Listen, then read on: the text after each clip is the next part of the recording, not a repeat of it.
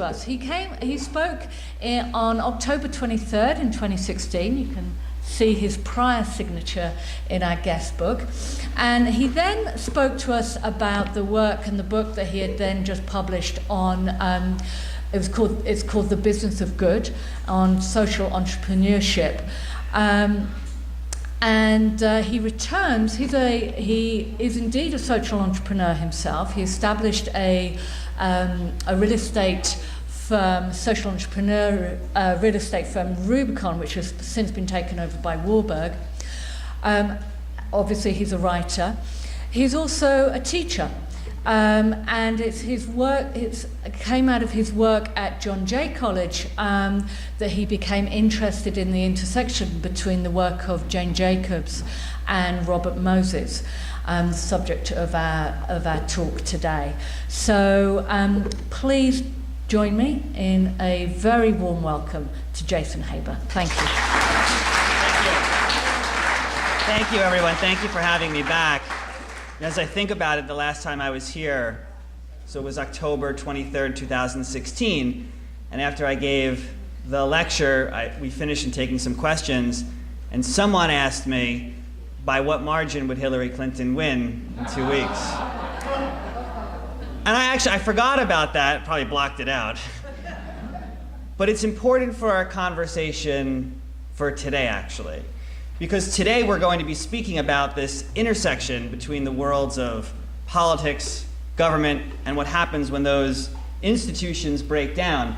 There are three things we'll be talking about today and how they intersect. The first is the city, the second is democracy itself, and the third is power and the power structure of the city. And of course we're talking about Robert Moses, but I want to begin by making something very clear, because there's this new movement afoot, I don't know if you've seen it, where people are saying things like, oh, you know, he got things built, he got a lot of things done, and if you are in that camp and you share that view, I would recommend that you leave now and go catch Meet the Press. This is not going to be the place for you. In our story today, we're going to be talking about a certain kind of corruption, but not the kind of corruption that we're used to. We're used to corruption being dollars. The corruption that we're going to talk about today is a different kind of currency. In many ways, it's more pernicious. It's the currency of power. And so, like everyone, when I was a young urban planner, I read The Power Broker. It's 1 million words in its first draft. It was so big they had to cut it down to 700,000 words. And after reading 700,000 words, I said to myself, now I know everything there is to know about New York in the 20th century and urban planning. Here's a copy of my book. And I'd like audience participation. If you could just turn to the page, please, that references Jane Jacobs. It's a very smart crowd we have here this morning. You can stop right there before you go through all 1,000 pages. There is no reference to Jane Jacobs in the book. And so the truth is there's probably, by the way, I get that back, right? There's no one source of, because it's such a dense topic, that can summarize the totality of what we're going to talk about today. But Jane Jacobs, the first myth I want to dispel about her right now is the myth that goes a little something like this. Jane Jacobs, comma, what comes next? Jane Jacobs, the housewife. You see, this comes up time and time again, and you'll see it, by the way, unfortunately, in contemporary writing too. Jane Jacobs, a housewife, did X, Y, and Z. Now, she did have children, she did raise them, but it's this bias against her that we still see to this very day that tries to bring her down as being something less than some sort of, impressive person, which of course she was throughout her career. She was a writer. When she first started writing, she wrote about the perils of Lincoln Center, causing the head of a magazine to ask, who is this crazy dame? And this would follow her again and again and again. Now, it's easy to say now, today, Jane Jacobs was right. It's another thing, however, to say that Jane Jacobs has won. Because when you look at the power structure of democracy, city, and governance, you can tell me Jane Jacobs is right, but in many ways, the fact that Jane Jacobs has won is a question mark is more important, because if Jane Jacobs won, why is it? that we have towers that cast shadows on Central Park? If Jane Jacobs won, why is it that our mass transit system is literally falling apart? If Jane Jacobs won, why is it that our public housing is also in crisis? And we can argue all we want about the failure of our leaders of today, but I argue that the original sin lies with Robert Moses. And in many ways, we're still paying the devil his due. Now, if you just look at the world and say, well, you know, building it is an accomplishment, then he's your guy. And some people to this day think that. At least he got it built, and that's what we need today, a real commitment to get things done. I mean, consider the source, but still. He said this while he was the governor. Here's another one. Would Robert Moses succeed today? Of course he would. He was a brilliant builder and a leader accustomed to wielding power creatively. Moses would understand the intricacies of today's rules and use his substantial intellect to manipulate and stretch law to his own purposes. I agree with the second part, but that's not a positive thing, what we want. And lastly, he was a man whose power emanated not only from his significant personal skill, but from his phenomenal level of accomplishment. While many today have criticized him for his authoritarian rule, no one can question the permanent impact he had on the framework and infrastructure of New York State. Again, we're talking about the city, the people who live in the city. We're talking about the 8 million people here. We're talking about democracy, those men who govern and have governed us. And we're talking about power to the 8 million people who live in here. Now, what happens when all three things break down? You see, great public works, when they work at their best, they draw people in. Moses and other planners are very fond of calling all of their projects, their roads, arterial highways. But the very fact that they call them arterial roads tells you all you need to know. For what does an artery do? It takes away from the heart. It draws away. The best projects are veins. They draw life and energy into the heart, into the city. And for that reason, I want to start our story today in 1825. Why 1825? Well, some millennials believe this is the year that Facebook was founded. It's not the case, I promise them. I promise you. But it is the reason we start our story with Mayor and Governor and also Senator DeWitt Clinton. So in 1817, Governor Clinton proposed a canal system. A canal would rise across upstate New York to connect New York to the emerging West, to all the rivers and tributaries across the growing country. Now, it was seen as a folly. They actually called the Erie Canal Clinton's Ditch, Clinton's Folly. He was so ridiculed for it in 1822, he was voted out of office because it was conceived as such a failure. In 1820, there were 123,000 people living in the city of New York. It was the biggest city in the country, but only narrowly ahead of Philadelphia and Boston. Just remember this number for a moment. 1825 rolls around. Here's the canal here, which runs across the Hudson and connects to the Great Lakes. And then from the Great Lakes, goods and services can be shipped down the Mississippi and Ohio rivers and connect to all of the cities across the country. It cost $7.1 million. In 1826, it already had returned its initial investment, and its entire cost was paid off. The canal wasn't even finished yet, and yet it paid for itself. So just to show you what it did, so it cost $125 per ton, and it would take 45 days for a good to leave New York and reach the Midwest. Now with the canal, that same good is shipped at $6 per ton and in 9 days. By 1853, 62% of all commerce in the United States runs through New York City. And what do you think that does to New York?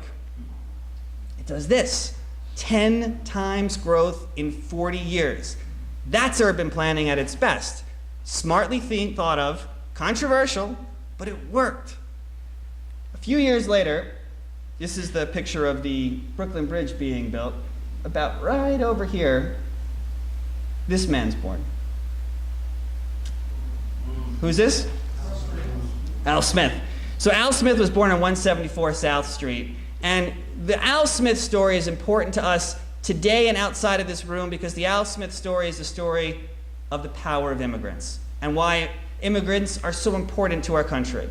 Al Smith, his Father died when he was 13 years old. They were so poor that his mother went to the funeral in the morning and in the afternoon had to go to work because there were no protections back then. She couldn't lose her job. He worked at the Fulton Fish Market, never graduated college, never graduated high school. Couldn't afford either. And he's working in the docks. Not many people thought he would amount to much. He eventually has this loud, booming voice. He gets appointed in different positions. Eventually, the Tammany Hall guys think he's perfect for the assembly. Goes up to Albany. No one expects very much of him. And then March 25th happens. We just had the anniversary that was commemorated last week. 146 people died in the Triangle Shirtwaist Factory. And most of them were ages between 14 and 23. The average worker earned about $7 a week, the equivalent of about $3.20 today. The reason this is important is Al Smith is given the position of chairing the investigative committee to look into the fire, and he launches a series of reforms. And Al Smith, the Tammany man, becomes Al Smith, the reformer, because he lived the immigrant life, and he understood what immigrants were going through in this country. He could bring about reforms, and he knew their story better than anyone else could have imagined. And that changed things for Al Smith, who becomes the Speaker of the Assembly. He becomes the governor, and he becomes our first presidential candidate eventually to run as a Catholic and also as an immigrant. This picture over here on the right was part of a campaign they did. They had license plates in Al Smith's name. And I actually have the one that belonged to Al Smith here, if you want to see it afterwards. This was, I should probably hold this with gloves. This was a gift from Al Smith's great grandson to me a few years back after he heard me speak. So the Al Smith story is important for two other reasons for us pressing right now. He had two young aides. The first one, Franklin Delano Roosevelt. The second one, Robert Moses. So Moses comes to power with Al Smith. In his early career, he's actually a reformer, and people forget this. He first comes to City Hall with this idea of creating a municipal grading system where he's going to grade employees, and if you have a failing grade, you can be removed from office. Tammany doesn't like this. They get rid of young Robert Moses, and he can't find a job. He applies for a job in Cleveland, actually, and didn't even get it. But he comes back to power with Al Smith, and now he's a changed person because the reformer in him is gone, and now he's looking at, with all of his big dreams, the execution of his big dreams, which to him didn't mean reform. He starts with parks. Specifically, his first public work is Jones Beach. So it's hard to imagine it today, but in 1929 America, there's no such thing, or even in the world, as a beach for everyone. The beaches were for the 1% on Long Island, they were for the 1% of the 1%. There were immense obstacles in building Jones Beach. It was too low, it would flood, so they had to raise it 12 feet. It was windy, so they had to build sand dunes. Every problem he overcame and built this, what was a masterpiece in 1929. Here's a picture of him swimming along the beach. He was a lifelong swimmer. I was talking to someone earlier about who caught him swimming in the 1970s off of these waters. Opening day in Jones Beach. This is what it looked like. When my daughter, Michaela, who's here with us today, saw this photo, she said, "How did you find your car?" It's the black one. The other thing that's so interesting about opening day on Jones Beach is the Wantagh Parkway traffic, which would also come. But it's also, if we go back and look at the photos again, it's who's there. It's also who's not there, because Jones Beach was not a beach for everyone. Long Island was a blank canvas, right? There was basically no one, very few people living out there in the 1920s. Why in the world were the overpasses set to 7.7 feet? Very, very specific reason. The buses of the day were 12 feet high, and they would not be able to access Jones Beach, and that's important because in 1929 America, African-American car ownership was under 1%. It kept Jones Beach a white enclave for its first 30 years. This is done on purpose, and the reason this is important is when we have so much power vested in one person who's also a racist, we're going to see racist policies emerge large and small in ways that we don't think about today, but that are very real. and institutional racism has terrible, terrible effects. New York City in the 1930s has three great storm clouds approaching it. The first is the Great Depression, the second is corruption, and the third is the rise of the modernists. Now, the Great Depression hits America hard everywhere. Nowhere was harder hit than here in New York, where unemployment hovered around 30%. Bread lines were everywhere. People were living in the parks. When I first showed this photo to my students in, I think it was 2007, one of them aptly noted in the picture, even the dog is white. At the same time, our mayor was Jimmy Walker, a very dashing man who ran a casino in Central Park. The city was so hurt during the Depression, partially because of the corruption was so high that the public monies weren't even getting to the people. Eventually, Mayor Walker's charged with corruption, but he's so debonair that the lead prosecutor was told, don't look him in the eye at trial because he'll charm you. And so the prosecutor, Seabury, actually looked to his stood at the side, and so he couldn't look in the eye of Walker, as you see there in the photo. The next mayor who comes in was also a corrupt Tammany man. When asked by the media who the next police commissioner would be, he simply replied, they haven't told me yet. But finally, a fusion ticket emerges, and out of this chaos, we get one of the great mayors in the history of the city, Mayor LaGuardia. Now, Mayor LaGuardia did many great things during his time in office, but he also brings to power in New York City Robert Moses, who was first set to the Triborough Bridge chairman in 1932. Now, Triborough is very important to our story today. It's a massive undertaking. They started building it in 1916, much to no avail. Entire forests of trees had to be chopped down just to make it work. It turns out to be the biggest public works project of them all. It costs more than the Hoover Dam. Some of the steel imported in 1935 came from Germany, which, if you know a little thing about history, is probably not the best place to be importing steel from. LaGuardia rejected the Moses contract, saying the only commodity we get from Hitlerland is hatred, and sent the steel back to Germany. But the bridge gets built, and at the time it's considered a marvel, but here's the thing. The way the bridge gets built is by the use of the public authority law. And Moses inserts language deep within this bill that no one else bothers to read, which gives him the power and control over the purse behind the bridge. So it works like this. LaGuardia imagines the bridge to be a short-term solution, meaning the authority to be a short-term solution. The authority will build the bridge, will pay for the bridge, and then will be retired, and the bridge will return to the city. Moses changes that. Moses ensures that the debt on the bridge, the way municipal finance works very simply is like this. Let's say the bridge collects $1 million a year in revenue. He can issue bonds against that debt of, say, $20 million, and then he can keep on reissuing the bonds. The bridge is perpetually in debt, and thus he's in power. And that's exactly what Moses did. He eventually creates his own revenue stream, his own island on Randall's Island. And on that island, he has his own boats, he has his own flag, he has his own police force. The island is a country unto itself. And now Moses doesn't need elected officials for money. He has his own source of funds. They need him.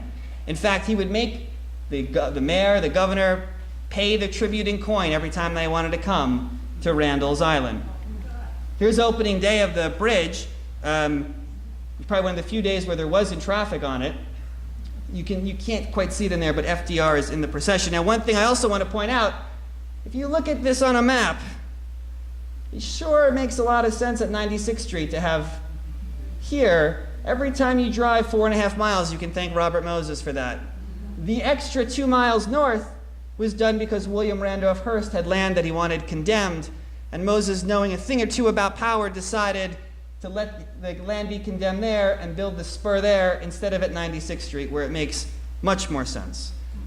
But the third crisis facing the city, and maybe in many ways the most difficult, is the rise of the modernists.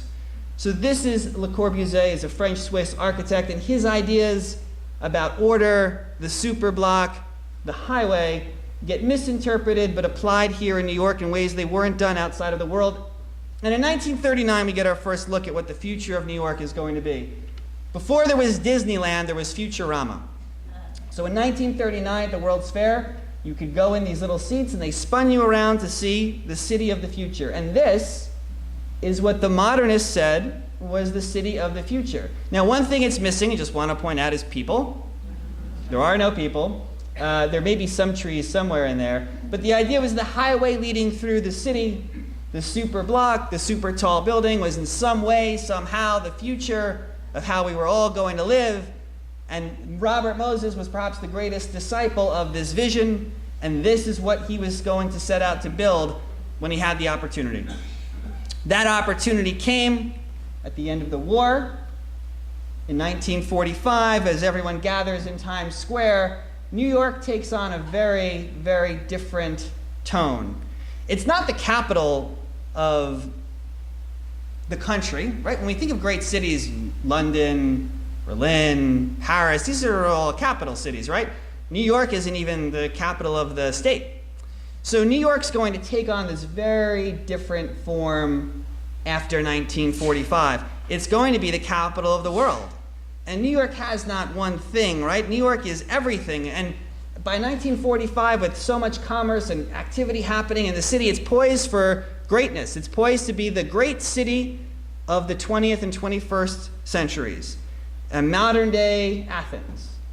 And yet, 30 years later, this is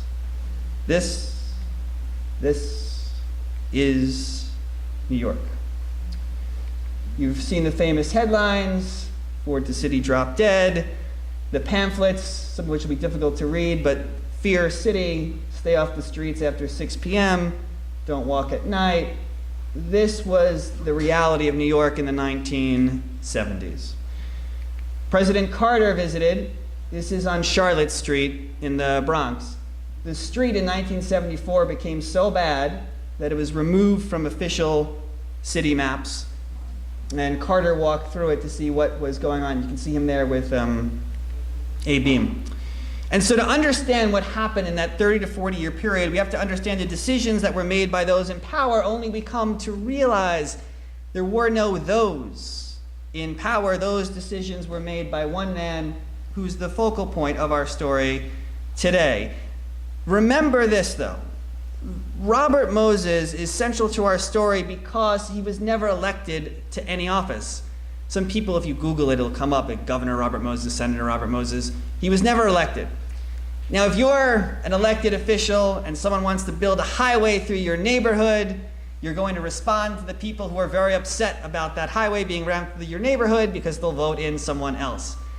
Moses has no need for voters. He doesn't care about them. He doesn't need to because he has his own power base. Now, this is not how it's supposed to work in a democracy, a government under the direct representative rule of the people. What we've seen is that democracy is much more fragile than we give it credit for.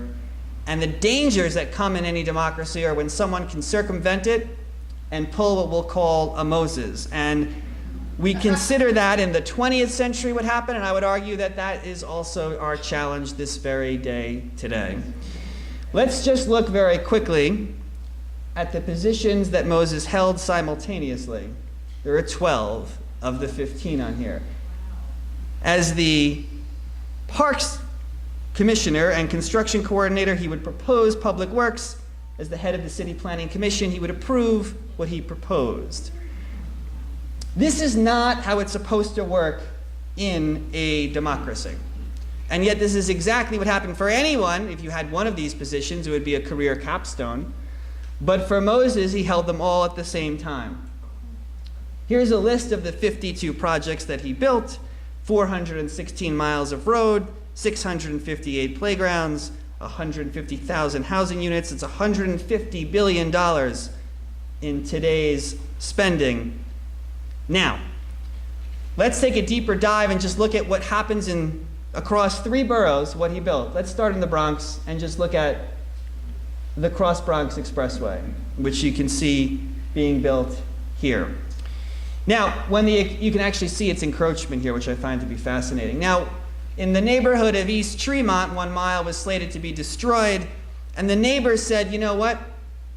there is another way to do this. They found an alternative that would bend the road a few miles to the south at no additional cost to the city. So they formed an organization, the East Tremont Neighborhood Association. They appointed a woman, Jane Jacobs, before Jane Jacobs, I like to call her. Lillian Edelstein was her name.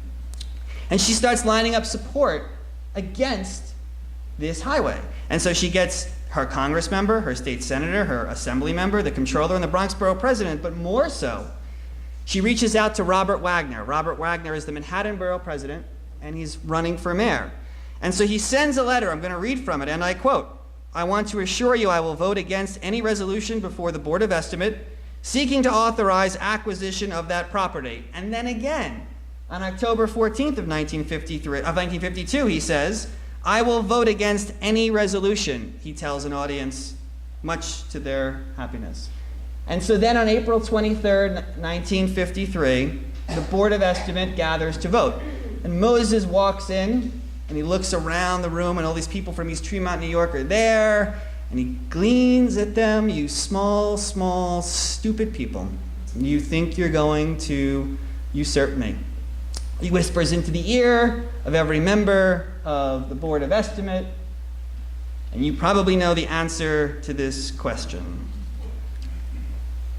So the destruction that follows is similar to what you would find in Europe at the time during the rebuild, only we did it here to ourselves. And when you put roads ahead of people, when you're going to make going through a city more important than who lives in the city, and if today's talk has so far had an impact on you, then this photo will be upsetting. Moses was asked if this was difficult for the people in the community, and he said, "Oh, no, they just stirred up the animals there. It was easy. I just stood pat, no hardship at all." And the reason he's able to get away with this is more broadly, we're in the era of the car. The car is democracy in the mid part of the 20th century. I can get in my car and I can go anywhere I want. I don't have to follow your train schedule. I don't have to sit with other people. I have freedom. I have a car. I'll go my own way. And that is the thinking of the most glorious car in a generation, the mighty Chrysler. This is the thinking of where we were going as a society. And if we're going this way, the car and the road, that means there have to be other sacrifices made. And in Manhattan, we see the greatest sacrifice to the car that was ever made. And so this is the original, as many of you know, Penn Station. Built at the turn of the century, built to last 1,000 years.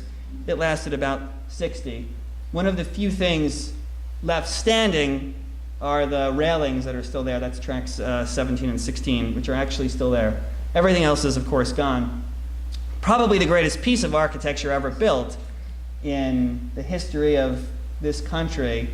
And it came down very, very slowly, without any honor, and it comes apart in pieces. It takes much longer than the planners had envisioned. Of course, now we have a basketball team that wins 15 games a year there, and an ugly office tower. But society, it was written, we're not judged by what we create, but what we destroy, and if so, what a heavy judgment that this is. So the statues were scattered. This one ended up in a landfill in New Jersey. There's one of them that is still outside today on the 7th Avenue side. There's another one that's in Hicksville at the Long Island Railroad stop there. I think those are the only two that survived. So we lost a train station. We've lost a community in the Bronx. And now at 6 o'clock this morning, I realized I wanted to add one more in. We lost a baseball team. So the Brooklyn Dodgers are important, not just because they played baseball, but because of what they meant to the borough, to the city, but also what they did for society. Because in 1947, with the promotion of Jackie Robinson, they become the first team in the league to desegregate. And the Dodgers, which are known as the Bums because they always lose, suddenly start winning. And in 1955, they win it all. And they become the champions. The problem is Ebbets Field is built in 1916, and there's no place for parking because there weren't that many cars then. No problem, says Walter O'Malley. There's a perfect site in Brooklyn where they could move to. They just need city approval to do so. They commissioned a new stadium design. This would have had a dome. This would have been right where the Barclays Center is today, just across the street from it. It's a perfect site. However, Robert Moses is building for the World's Fair in Queens and says, no, we're going to build you a municipal stadium in Queens. Going to Queens was like going to the moon or like going to Los Angeles, which is where they went, and a deal that was too good for them to turn down. Walter O'Malley got the blame, but it's truly Robert Moses who let the Dodgers go to Los Angeles. They painted the wrecking ball as a baseball, which was pretty sad. And this is Roy Campanella, who came back that last day when it was going to be demolished, the second African-American player on the Dodgers. And then the stadium gets torn down. And so here we have $150 billion. I showed you 52 projects. I showed you things that were built and things that were taken down. What's the result, right? Like, what happened? Well, in 1940, we had a population of 7.4 million. In 1980, we had a population of 7 million. This is astounding. In 400 years of history, 400 years, there is not one 40-year period where we had population decline in New York City. Wars didn't reduce our population. Plagues didn't reduce our population. But Robert Moses did. And so, who stands up to Moses if the politicians won't? Let's enter Jane Jacobs into our story, who first comes across Robert Moses when the geniuses decided that what we need in Washington Square Park is a 4-lane highway. This is 1958, and Jane Jacobs, who didn't really know much about Robert Moses, writes a letter to the mayor who says, "My husband and I are among the citizens who truly believe in New York. It's very discouraging that we do our part to make the city more habitable, then learn that the city itself designed schemes to make it more uninhabitable." She begins her career as an organizer here, organizing against the Moses plan. NYU at the time had a problem with the plan too. They said it was too narrow, that the road needed to be bigger, believe it or not. Moses gets very upset when he hears about the arguments against his fight, against his road. He says, "There's nobody against this, nobody but a bunch of mothers."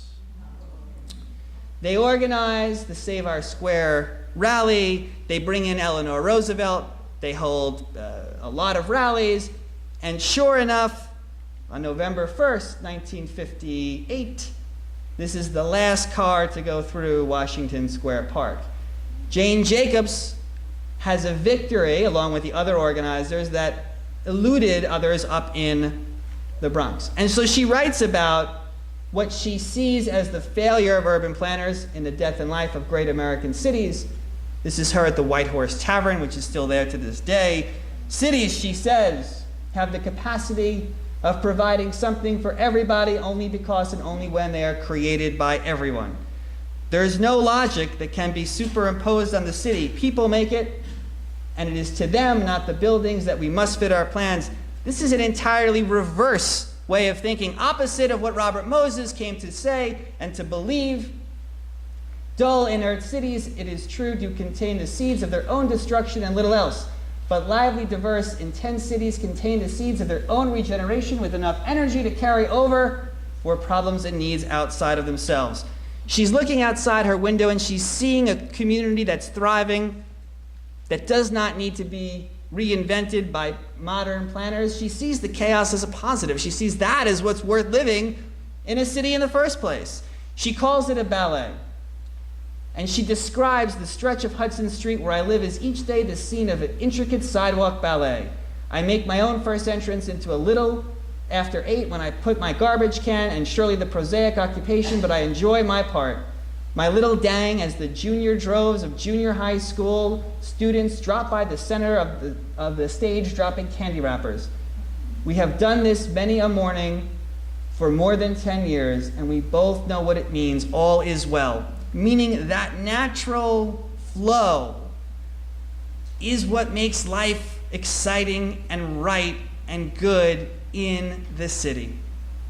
When the book came out, the first review in the New Yorker says, Mother Jacobs Home Remedies. Again, Mother Jacobs. This happens again and again and again.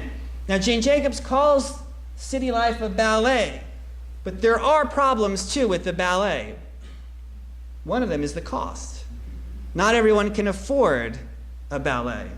And we see that happening across the village, which is one of our challenges today, when things like beloved bookstores become bookstores occupied by Mark Jacobs, which is why people now say, more Jane Jacobs, less Mark Jacobs. Now, Jane Jacobs notes that despite all the challenges facing not just New York City, but America during the 1960s, it's not drugs, it's not crime, but it's something much more basic that's the cause of our problems in this city. It's the car. The car, the car, the car. And the problems that we have today are we put the car ahead of mass transit. We built roads. You know, the Futurama exhibit that I showed you earlier, that was underwritten by General Motors. I mean, we're basically subsidizing the growth of General Motors by building highways for more cars. And all we're doing is creating more and more and more traffic. And then a few years later, Robert Moses decides that the West Village, of all places, is blighted. And so these blocks here, some of the most expensive real estate in New York, will be torn down and put in their place super high-rises on super tall structures. And Jane Jacobs goes right back to work. She organizes, she puts X's outside the buildings that were zoned to be blighted. She has people walking around with their glasses, with X's on their glasses. She gets celebrities, she gets people involved, and once again, the blight is canceled. This is actually where she lived at 555 Hudson Street, and they get the Urban Renewal Project killed. But then comes the biggest project of them all, the one that's our biggest fight, the one that would change New York like no other, and that's this. If you're wondering where the Lower Manhattan Expressway is, luckily it doesn't exist. This is Broome Street right here. So this would have connected from the Holland Tunnel to the Williamsburg and Manhattan bridges. It would have taken an 8-lane highway right through what is today Soho, and this was basically at one point a done deal. This is why Soho in the 1960s was in such decay, because homeowners didn't want to keep up their homes if they were going to be subject to eminent domain and destroyed. Here's a bit of how it would have looked, sort of looked, and the chaos that would have followed. Here's a picture of some of the protests that were organized. So at one hearing, Jane Jacobs comes to it, and the microphone is facing out into the audience. Now on stage are members of the Department of Transportation.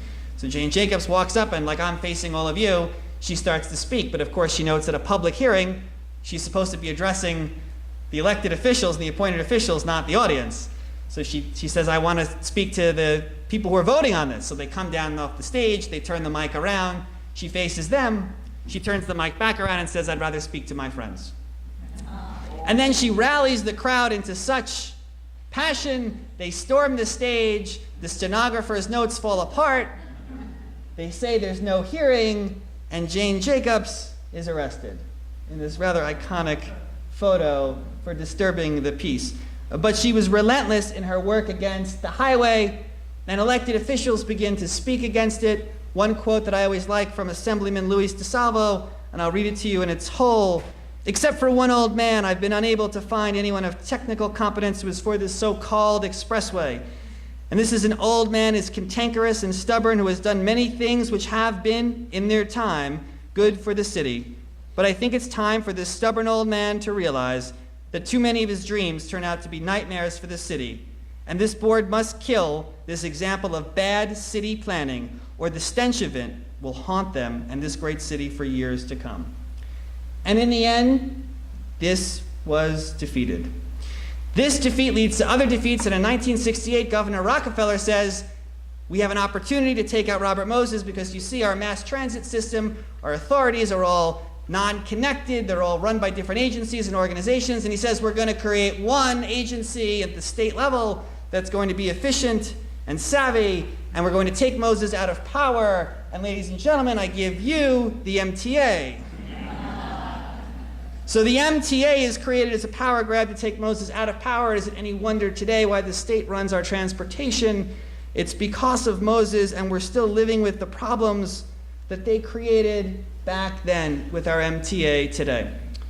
But the story that we're telling today is also important because it reminds us of how fragile our democracy is. When I started talking earlier, I mentioned that I was here on October 23rd, and we were thinking about the future. But we should be thinking about the future now because the likes of Moses always return. They always come back.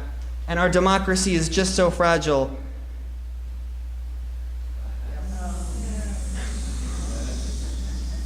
Exactly. But all politics, all democracy is local, and it's up to each of us to remember these history lessons because we're constantly fighting them. Look, this was 2007. This was Hudson Yards. Here's an article in 2008 about the redevelopment of it. It's the second paragraph I want to draw your attention to. It was a vision to make Robert Moses proud, calling for office towers along 11th Avenue, skyscrapers soaring over a rail yard, a Parisian-style boulevard lined with trees, an expanded Jacob Javits Convention Center, and a 1.1-mile extension of the number 7 line, not to mention the elegant new Penn Station ringed by office towers. Just want to point out that the only thing Moses wouldn't have liked is the new elegant Penn Station, which never happened. The rest basically did.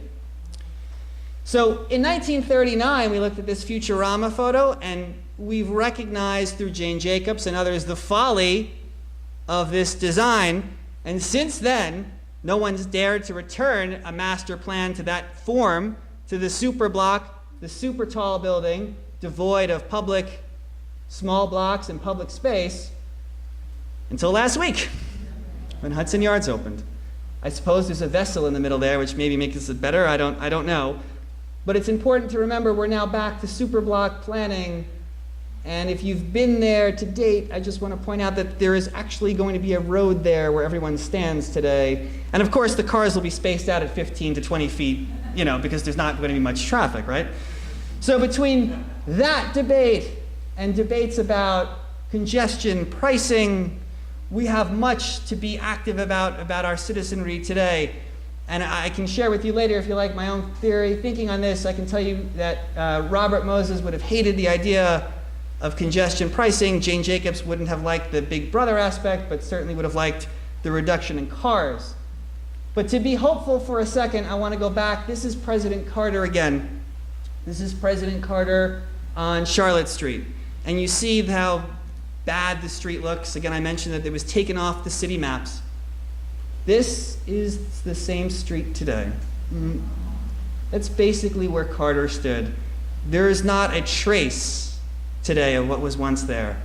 And that's the beauty about living in this city, that we can fix and repair. Nothing is permanent. The only thing that's permanent should be our activism as an engaged society. Someone once asked me if I could sum up Robert Moses in one sentence, which I guess would have saved you like 45 minutes of me speaking. But I can. So I said that Robert Moses' legacy is this. New York needed a Robert Moses. Instead, it got the Robert Moses. We needed someone who could think about our modern needs of transportation and of housing and of planning and of beaches and of highways and of parks. But instead, we got him. And the problem is, I need you to remember that this man will return in some form or another. Jane Jacobs wrote, "We expect too much of our buildings and too little of ourselves." And so I hope it is that you take with you today a little more understanding of where we've been and what we need to do going forward to remain a healthy and thriving city. Thank you, everyone, for coming this morning. Really appreciate your time.